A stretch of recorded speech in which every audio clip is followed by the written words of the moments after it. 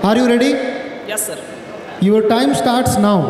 हिमालयम समारभ्यम यावद इंदु सरोवरम तमदेव निर्मितम देशम हिंदुस्तानम प्रचक्षते। नमस्कार। 7 जनवरी 2023 के द हिंदू अखबार में हेडलाइन थी कि भारत के प्रस्ताव के बाद संयुक्त राष्ट्र ने साल 2023 को अंतर्राष्ट्रीय बाजरा वर्ष घोषित कर दिया। स्वाभाविक था कि मन में एक सवाल आ गया, अरे आदिम से लेकर आदि मानवीयता का सर्वोत्तम भोजन क्या फिर से खाने के टेबल पर लाने का प्रयास हो रहा है? जी हाँ, उसी सवाल का जवाब देने के लिए मैं आपके समक्ष खड़ा हूँ। नमस्कार, मैं मारुति दिगंबर अभित्वार आबा साहेब गरवारे महाविद्यालय पुणे से विषय प्रस्तुत करने जा रहा हूँ, पौष्टिक बाजरा समय की मांग। जी हाँ, अगर उसी सवाल को मद्देनजर रखते हुए अगर हम देखें तो संयुक्त राष्ट्र के खाद्य एवं कृषि संगठन के महानिदेशक क्यू डोंगी कहते हैं, गरीबों की, किसानों की, जरूरतमंदों की भूखों की भूख मिटाकर अगर उन्हें सशक्त करना हो या देश के निरंतर विकास के लिए बाजरा एक महत्वपूर्ण भूमिका निभा सकती है। अगर हम उससे भी आगे जाकर देखें तो किसी भी डायबिटीज वाले व्यक्ति का अगर ग्लाइसेमिक इंडेक्स गलती से भी 55 से ज्यादा हो गया हो तो उसको सीधा यमलोक से बुलावा आ सकता है और उस यमलोक का वीजा कैंसिल करने का काम ये बाजरा के पदार्थ करते हैं।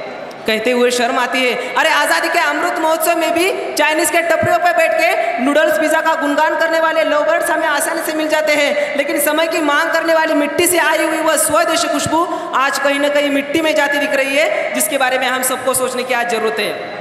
साल था 1942, बंगाल फेमिन में 30 लाख निर्दोष जिंदगियां भूख के कारण मर गई थी। अरे था सौभाग्य हमारा, आज़ादी के कुछ ही सालों बाद हरित क्रांति का जन्म हुआ, गेहूं और चावल के उत्पाद को प्राथमिकता दी गई और उससे भी आगे जाके आज के समय में हमारा भारत G20 की अध्यक्षता में दुनिया के कोने कोने में अनाज का महत्व बताने का काम किया। लेकिन दुर्भाग्य से कहना पड़ रहा है, एथनिक फूड जनरल के एक रिपोर्ट का दावा है कि हरित क्रांति के पहले सिर्फ बाजरा और चावल का उत्पाद ही गेहूं, बार्ली और मक्का के संयुक्त उत्पाद से भी अधिक था। हरित क्रांति के पहले घर घर के कोने में सड़ने वाले ये बाजरा हरित क्रांति के बाद सिर्फ एक मवेशियों का चारा बनने तक ही सीमित रह गई है।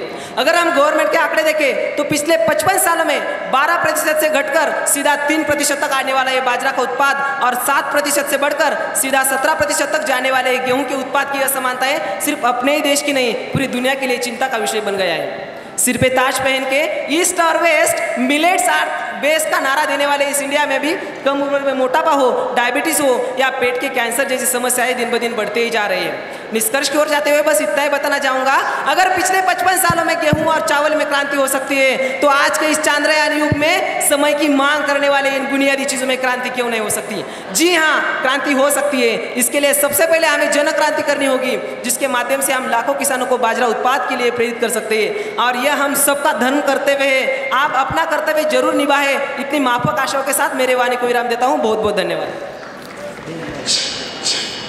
इसके बाद आपके सामने आखिरी कंटेस्टेंट आ रहे हैं, शेख समीर।